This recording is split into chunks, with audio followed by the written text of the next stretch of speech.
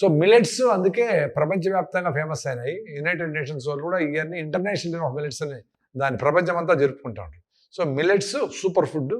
దాంతో మీరు పొంగళ్ళు, బిసిబేళ బాతు, వాంగి బాతు, రకరకాల ఫుడ్స్, దోశ, ఇడ్లీ ఇవన్నీ చేసుకోవచ్చు. ఇవి చేసుకొని పొద్దునే తినండి. పొద్దున లేస్తున్న అందరూ రాగి జావ తాగండి.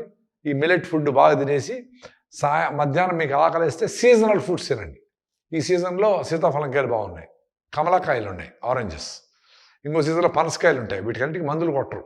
పనసకాయలకి, సీతాఫలంకాయలకి, అల్లనేటికాయలకి, జామకాయలు, వెలక్కాయలు, ఇవన్నీ సూపర్ ఫుడ్స్.